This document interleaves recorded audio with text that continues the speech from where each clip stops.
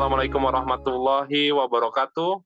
Alhamdulillah Waalaikumsalam. sahabat Wahyu semua berjumpa lagi. Mudah-mudahan nggak bosen ya dengan saya Wahyu Tomo dalam bincang bersama sahabat Wahyu. Alhamdulillah Allah masih memberikan kita kesehatan fisik dan Allah masih memberikan kita nikmat iman Islam sehingga bincang bersama sahabat Wahyu masih bisa menemani sahabat Wahyu semua. Insya Allah tema kali ini adalah Jokowi panik, reshuffle kabinet demi memuluskan politik dinasti. Nah, memang beberapa hari terakhir ini ada santer kabar akan terjadinya reshuffle. Dan ternyata memang hari ini eh, Presiden Jokowi resmi melantik sejumlah pejabat baru. Artinya memang melakukan reshuffle. Kurang lebih ada sekitar 7 menteri, kementerian, dan kepala badan yang diganti. Dari News Detik yang saya ambil beritanya, yang pertama yaitu Supratman Andi Aktas jadi Menkumham, kemudian Bahlil Lahadalia menjadi Menteri SDM, Rosan Ruslani jadi Menteri Investasi, kemudian Angga Raka Prabowo jadi Wamenkominfo, Prof. Dadan Hindayana jadi Kepala Badan Gizi, dan Hasan Nasbi jadi Kepala Kantor Komunikasi Kepresidenan, dan terakhir Taruna Ikrar jadi Kepala BPOM. Nah, jadi itulah berita terbaru. Mereka baru dilantik tadi pagi pukul 9.30 di Istana Negara. Jadi Jokowi ini melakukan reshuffle, perombakan kabinet Indonesia Maju, padahal jika kita telisik usia kekuasaan Presiden Jokowi ini hanya tersisa kurang lebih 2 bulan lah ya. Nah, kira-kira apakah para menteri yang dilantik ini dan kepala badan ini akan efektif bekerja untuk rakyat, atau memang ada sesuatu di balik itu? Nah, mungkin dan fenomena apa ini kira-kira nanti yang terjadi? Nah, mungkin ini nanti akan kita bahas secara santai bersama Bang Rocky. Namun sebelumnya saya akan sapa dulu. Assalamualaikum warahmatullahi wabarakatuh. Bang Rocky, apa kabar? Waalaikumsalam warahmatullahi wabarakatuh, Bung Wahyu, kabar baik? Wah, kabar baik. Alhamdulillah Bang Rocky. Tapi ini ada kabar terkait reshuffle ini. Apa kira-kira tanggapan Bang Rocky? Di mana memang kekuasaan Jokowi tinggal dua bulan lagi ya. Apakah menteri dan kepala badan ini akan efektif bekerja untuk rakyat atau memang ada indikasi lain Bang Rocky? Mungkin bisa dijelaskan. Ya, saya menyapa dulu para pemirsa sahabat Wahyu di berbagai penjuru negeri, semoga semua dalam keadaan sehat. Dan kalau kita bilang, kabar baik itu bagi menteri yang dilantik, kabar Hmm. buruk mungkin bagi menteri yang dicopot, kira-kira begitulah. Jadi, uniknya dalam waktu kurang lebih 2 bulan ini, kan baru Iya. dilantik tanggal 19 ini, usianya cuma 2 bulan karena Presiden Jokowi tanggal 20 Oktober harus lengser kan gitu. Jadi Hmm. praktis cuma tinggal 2 bulan. Eee, Orang biasanya ngukur kinerja, kalau tadi dibilang apakah menteri ini akan memberikan kinerja yang baik untuk rakyat atau ada misi lain. Nah, Hmm. kalau ngukur kinerja biasanya orang akan mengukur 100 hari kerja. Nah, kalau Oke. 2 bulan ini baru berapa hari kerja, belum nggak bisa diukur 100-nya itu kan kira-kira gitu. Iya. Jadi kalau kita lihat memang tidak bisa kita ukur kinerjanya atau bahkan mungkin kita tidak bisa harapkan kinerjanya untuk, memberikan, kontribusi pelayanan rakyat yang lebih baik. Hmm. Mungkin lebih kental, ini pelayanan kepada, kekuasaan yang lebih kental atau lebih tinggi. Hmm. Sehingga, maklumlah kita melihat, berbagai ungkapan, di luar atau bagi dunia, netizen itu mengatakan bahwa ini lebih kental untuk kepentingan kekuasaan daripada kepentingan rakyat. Bung Wahyu, kalau kita biasa bekerja di pemerintahan tuh, kita bisa ngukur bahwa dalam 2 bulan tuh apa sih yang bisa kita kerjakan. Ibaratnya Hmm. orang baru nyusun program itu, baru bikin rencana, menyiapkan anggaran, baru udah selesai kan kira-kira begitu. Bahkan kalau dihitung 100 hari belum ada kan, tidak cukup 100 hari. Mungkin kalau dia reshuffle-nya itu, masih ada 3 bulan, orang mungkin atau 4 bulan, orang masih mengukur, oh mungkin dia akan mengukur kinerja 100 hari kerja menteri tersebut. Faktanya kan ini tidak sampai 100 hari, tinggal 2 bulan. Maka, yang paling mungkin, pergantian ini adalah misi untuk, melanjutkan kekuasaan atau misi kekuasaan atau misi mempertahankan kekuasaan atau misi untuk memuluskan kekuasaan, kroni maupun, keluarga. Paling itu yang mungkin paling, logis alasan untuk melakukan penggantian menteri. Selain itu tidak ada. Biasanya kalaupun yang darurat harus diganti misalnya kalau ada menterinya meninggal, mungkin tuh butuh Iya, diisi misalnya gitu. Atau menterinya tertangkap apa, kasus hukum, terlibat kasus, mungkin butuh diganti ataupun di-reshuffle. Tapi ini kan tidak ada peristiwa-peristiwa itu. Justru dalam kondisi misalnya, tidak ada menteri yang sakit atau menteri yang mhm, meninggal atau menteri yang apa, tidak bisa menjalankan tugasnya atau tersangkut hukum, ternyata kan tidak. Jadi yang diganti biasa aja. Ini menunjukkan bahwa pergantian ini tidak lain didasari, lebih kental kepada kepentingan politik kekuasaan rejim yang berlaku, dibandingkan untuk, kepentingan pelayanan pemerintahan dan rakyat. Saya pikir itu Bung Wahyu. baik.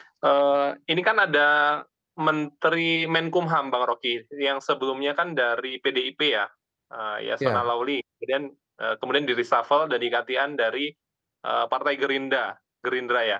Kemudian ada Pak Menteri SDM yang baru juga, Pak Bahlil. Nah, kira-kira pertanda apa ini? Mungkin kan selama ini, apa ya, beberapa bulan terakhir ini kan terjadi kerenggangan ya antara, eee Presiden Jokowi dengan PDIP, Bang Rocky, begitu.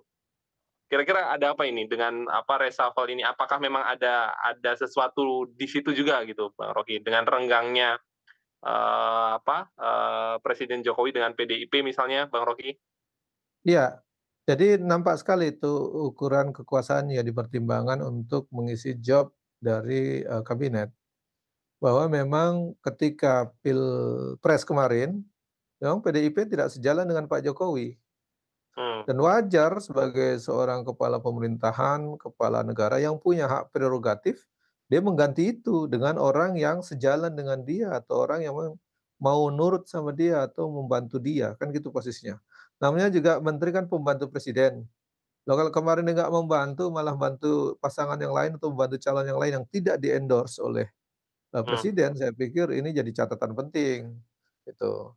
Beda kalau misalnya, PDIP kemarin mendukung Pak Jokowi dengan pasangan yang didukung oleh Pak Jokowi. Jadi, ya, kita, nggak bisa menghindarkan itu pandangan publik bahwa memang, ini imbas dari, keberpihakan PDIP, ketika dalam Pilpres kemarin, di mana PDIP tidak mendukung Pak Prabowo atau justru mendukung Pak Jokowi, tetapi justru iya, membuat ini sendiri, calon sendiri dan calonnya kalah kan gitu kira-kira. Ya oke, wajarlah kalau kalah ya diganti. Justru saya melihat yang tidak tegas PDIP. hmm, Jadi sudahlah dia tidak sejalan dengan presidennya, presidennya mhm, memilih, memberikan dukungan kepada Pak Prabowo Gibran, walaupun kita tahu itu anaknya gitu, tapi konsekuensi politik kan dukung-mendukung gitu. Nah, PDIP mmm, tidak mendukung Pak Jokowi, bikin calon sendiri, tapi dua kaki mainnya, masih mau di pemerintahan Pak Jokowi, tapi tidak dukung Pak Jokowi, kan lucu itu. hmm, Sehingga, eee, wajarlah kalau dibersihkan gitu. Orang namanya pembantu presiden itu kan orang yang mau membantu dia.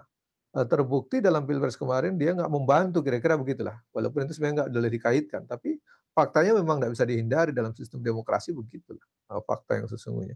Sehingga saya mengatakan justru yang tidak tegas itu PDIP.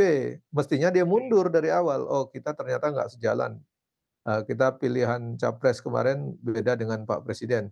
Ya mestinya, dia mundur atau bahkan karena Pak Jokowi dengan Bu Mega tidak sejalan lagi, PDIP iya, yang Pak Jokowi kader PDIP, bahkan mencalonkan atau mendukung kader lain bukan kader PDIP, mestinya dicoret, dikeluarkan dari keanggotaan PDIP kalau memang tegas itu ya. Ini kan mmm, faktanya tidak gitu, jadi main abu-abu semua. Ini menunjukkan partai-partai politik kita juga, tidak tegas, tidak ideologis, atau selalu main dua kaki, atau selalu pragmatis gitu. Jadi mmm, masih mau duduk di kekuasaan, tetapi tidak mau mendukung, bosnya, tetapi malah buat calon sendiri misalnya gitu. Itu kan memang dua kaki. Nah, walaupun kita tahu semua pragmatis gitu, tapi ini, lebih abu-abu lagi. Saya pikir itu persoalannya. Jadi wajar kalau, presiden yang punya hak prerogatif mengganti pembantunya, dianggap yang memang kemarin tidak membantu, kira-kira gitu kira-kira ya, logikanya. Sehingga dibersihkanlah itu. Ya kita nggak tahu yang lainnya kan, pasti ada kasak-kusuk yang lain tuh, pertimbangan-pertimbangan lain secara politik dan seterusnya. Begitu Bung Wahyu. Baik.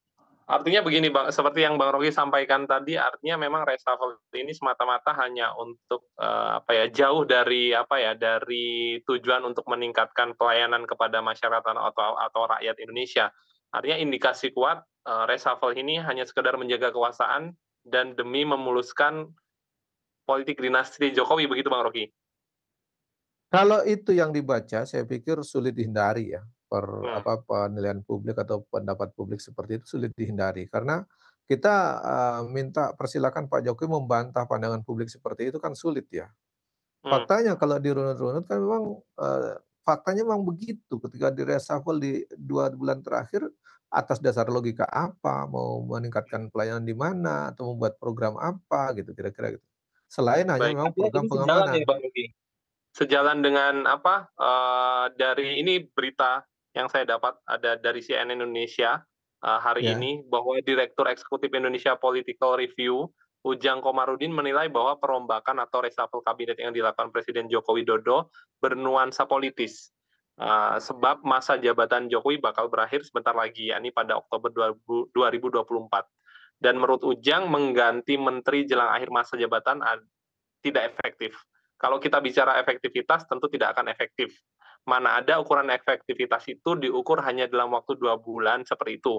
Tetapi kelihatannya basisnya adalah basis politik. Jadi kepentingan politik, kata beliau di wawancari CNN Indonesia Senin 19 Agustus 2024. Nah, apa tanggapan Bang Rocky dengan Kalau menurut pernyataan? kalau kalau menurut saya 2 bulan itu efektif bagi kepentingan Pak Jokowi dan, Hmm, kroninya untuk, menjaga kepentingan politiknya, sangat efektif. Karena oke, posisi menteri itu, memang sangat tidak efektif untuk pelayanan rakyat, tetapi sangat efektif untuk menjaga kepentingan politik mereka. Misalnya begini ya, kalau kita ilustrasikan Bung Wahyu, di ya, Kemenkumham misalnya, di Kemenkumham. Ini kan kemungkinan ada, cawe-cawe politik di tubuh partai Golkar, di tubuh partai yang lain mungkin nanti dan seterusnya. ya, Ini kan memerlukan penetapan dari Kemenkumham di ujungnya. Nah, hmm, bisa kita bayangkan kalau Kemenkumham itu tidak pro kepada rejim atau tidak pro kepada ya, Pak Jokowi, tentu akan sulit atau mungkin lambat atau bahkan mungkin, dia akan memberikan hambatan-hambatan tertentu dari segi waktu dan seterusnya. hmm, Sehingga, tidak bisa mulus untuk mengeluarkan keputusan-keputusan hukum dan seterusnya. Jadi kalau saya lihat itu memang efektif ketika mengganti menteri, misalnya Menteri Kumham, tentu dia akan melakukan, efektivitas dalam konteks, legalisasi di kewenangan-kewenangan yang terkait dengan hukum, bagi kepentingan politik yang, mereka inginkan. Jadi, hmm. kalau dilihat efek dan tidak efektif, ya tentu tidak efektif bagi kepentingan rakyat, tetapi sangat efektif untuk kepentingan politik dan menjaga kepentingan politik dinasti mereka atau dan kroni-kroninya. Itu yang saya lihat Bung Wahyu. Baik, baik. Artinya memang ya tadi seperti yang Bang Roy sampaikan, mungkin ini efektif, demi mengamankan posisi, rejim ini ya, tapi tidak efektif untuk, pelayanan masyarakat gitu kan. Nah, pertanyaan terakhir Bang Roky, sebenarnya bagaimana pandangan Islam sendiri itu terkait pergantian menteri atau kita sebut mungkin di dalam Islam muawin ya, pembantu, eee, khalifah di dalam pemerintahan Islam. Apakah memang pernah terjadi pergantian menteri dan pembantu-pembantunya dalam waktu singkat hanya untuk, demi kepentingan kekuasaannya atau memang selama ini Islam memberikan contoh yang seperti apa Bang Roky? Yang pertama mungkin kita lihat bahwa posisi muawin ataupun posisi kalau mereka bilang, pembantu presiden, ada muawin tanfid, ada muawin tafwid ya. Ya, Muawin tafwid terkait dengan kekuasaan, muawin tanfid dalam konteks yang administratif gitu. terasi. Nah, kita bisa melihat bahwa itu memang kewenangan khalifah untuk ganti-mengganti.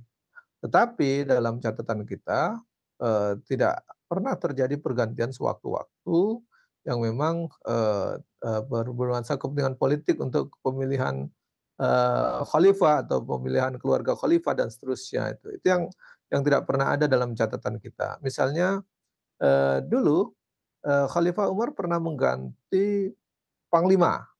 Mungkin Hmm, kalau sekarang dibilang panglima TNI misalnya gitu. Dulu iya, panglima perang Khalid bin Walid diganti oleh Khalifah Umar dalam perjalanan dalam proses pertempuran berlangsung gitu. Tiba-tiba hmm, diganti saja, dengan argumen bahwa, hampir semua perang yang dipimpin oleh Khalid bin Walid itu menang dan hmm, seluruh rakyat mengeluhkan, Khalid sehingga dikhawatirkan oleh pandangan Umar bahwa jangan-jangan nanti, orang menang ini perang ini karena kepemimpinan Khalid bukan karena dari Allah gitu, kira-kira gitu. Dan, para umat Islam kala itu, para rakyat negara khilafah waktu itu sangat mengeluhkan Khalid bin Walid sebagai pahlawan itu. Dan itu kultus seperti itu yang dalam Islam tidak diinginkan sehingga, Khalifah Umar mengganti Khalid bin Walid. Dan, anehnya Khalid bin Walid tidak terpengaruh dengan layanan digantinya itu. Dia tetap mengatakan bahwa, "Saya akan tetap, berperang, di bawah kepemimpinan siapapun dan tidak iya, terpengaruh dengan siapa yang memimpin.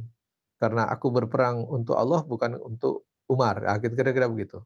Jadi itu, sikap, dan kalau kita lihat, ganti-mengganti memang biasa, tetapi bukan untuk kepentingan, khalifah atau kepentingan keluarga khalifah. Nah, misalnya, pergantian Khalid bin Walid itu kan bukan terus ditunjuk, orang yang, keluarga khalifah, bukan. hmm, Atau demi demi suksesi khalifah, mengganti, menteri atau muawin untuk menempatkan orang yang bisa menjadi tim suksesnya khalifah, iya, tidak seperti itu. Bahkan Umar bin Khattab itu melarang anaknya untuk ikut pencalonan, melarang anaknya untuk dicalonkan juga oleh, masyarakat kala itu. Itu yang perlu kita pelajari. Sayang, sejarah-sejarah seperti ini tidak pernah diungkap. Sehingga kalau kita ingin menilai bahwa reshuffle atau pergantian pembantu, kepala pemerintahan atau kepala negara, itu hal yang biasa, tetapi tujuannya untuk apa, itu yang paling penting. Jadi kalau tadi dibilang bahwa, reshuffle kabinet, di masa Jokowi yang tinggal 2 bulan itu dilakukan, tujuannya untuk apa? Efektivitasnya untuk apa? Jadi kalau saya tegaskan tadi efektivitasnya memang untuk menjaga kepentingan, politik rezim.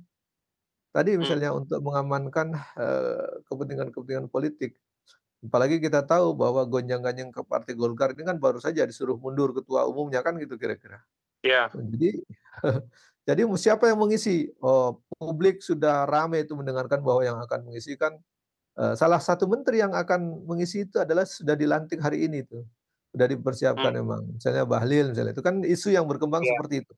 Walaupun bisa aja, terjadi perubahan, tetapi di publik itu mencatat bahwa program-program atau perjalanan, kasus-kasusnya itu, dirancang dan terbukti berjalan gitu. hmm, Termasuk yang mengubah, peraturan usia, capres-cawapres itu kan, batas minimal itu iya, kan diubah, demi juga untuk kepentingan rejim. Jadi hampir semua kebijakan, keputusan maupun hukum yang diproduksi dalam sistem demokrasi di rejim sekuler liberal ini betul-betul hanya untuk kepentingan kekuasaan mereka dan tidak pernah mereka, memikirkan itu untuk kepentingan efektivitas pelayanan rakyat. Sehingga reshuffle ini pun kalau kita baca, normal saja bahwa ini betul-betul efektif untuk menjaga kepentingan mereka dengan menaruh orang-orang yang strategis di jabatan-jabatan, strategis itu.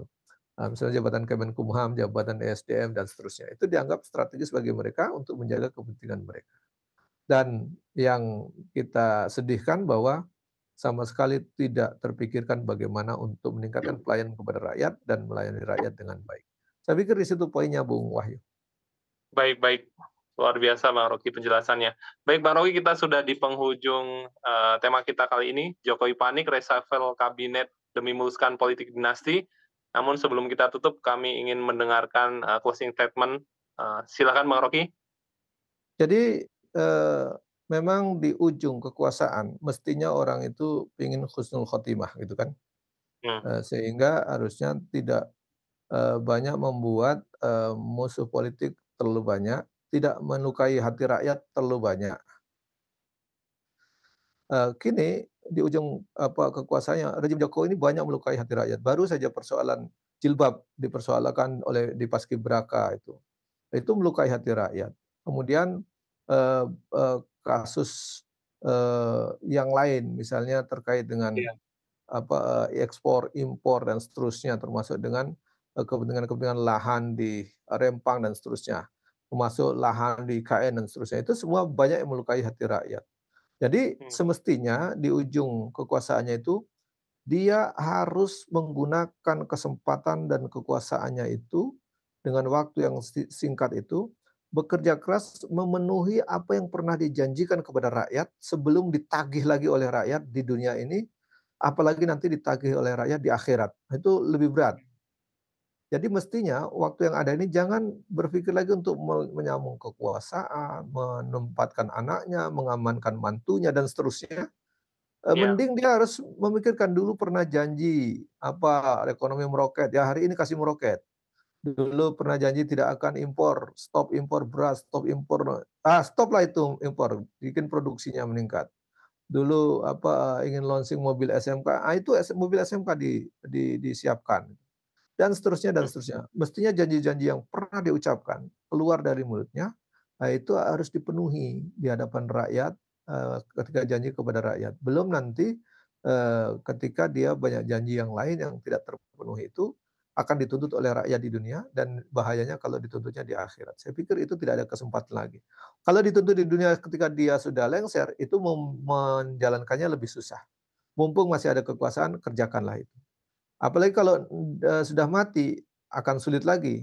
Lengser saja udah sulit, apalagi sudah mati, akan sulit lagi Hmm. memenuhi janji-janji yang dulu diucapkan. Oleh karenanya, hari ini masih ada 2 bulan, Pak Jokowi mengingat-ingat kembali, dulu pernah berjanji apa, mengucapkan apa, hari ini juga dengan sekuat tenaga kerahkan seluruh kemampuan, kewenangan yang ada, SDM yang ada, untuk memenuhi janji-janji, yang pernah diucapkannya itu supaya tidak ditagih nanti di, kemudian kelak ketika sudah lengser atau ketika sudah mati di akhirat masih ditagih. Saya pikir itu, poinnya untuk, kegiatan ini sehingga kalaupun reshuffle dilakukan, mestinya reshuffle yang difungsikan untuk memenuhi janji-janji kepada rakyatnya, pelayanan kepada rakyatnya, bukan untuk malah mempertahankan kekuasaan atau menempatkan, oligarki maupun menempatkan, keluarganya sebagai politik dinasti yang semakin menguat. Menempatkan anaknya, menempatkan mantunya, dan seterusnya. Saya pikir di sini, Bung Wahyu. Baik baik, terima kasih Bang Rocky atas waktunya dan sahabat Wahyu semua, kami ucapkan juga terima kasih. Ini tadi Jokowi panik reshuffle kabinet demi memuluskan politik dinasti. Silakan sahabat Wahyu apabila ada komentar, apakah memang reshuffle ini demi untuk kepentingan rakyat atau sesuai judul yang kami buat demi memuluskan politik dinasti. Silakan apabila ada yang ingin memberikan komentar, insya Allah akan dipersilahkan menuliskan komentar di kolom yang sudah tertera. Dan kepada Bang Rocky sekali lagi saya ucapkan terima kasih atas waktunya. Insya Allah kita berjumpa lagi di sesi atau tema yang lebih menarik lagi.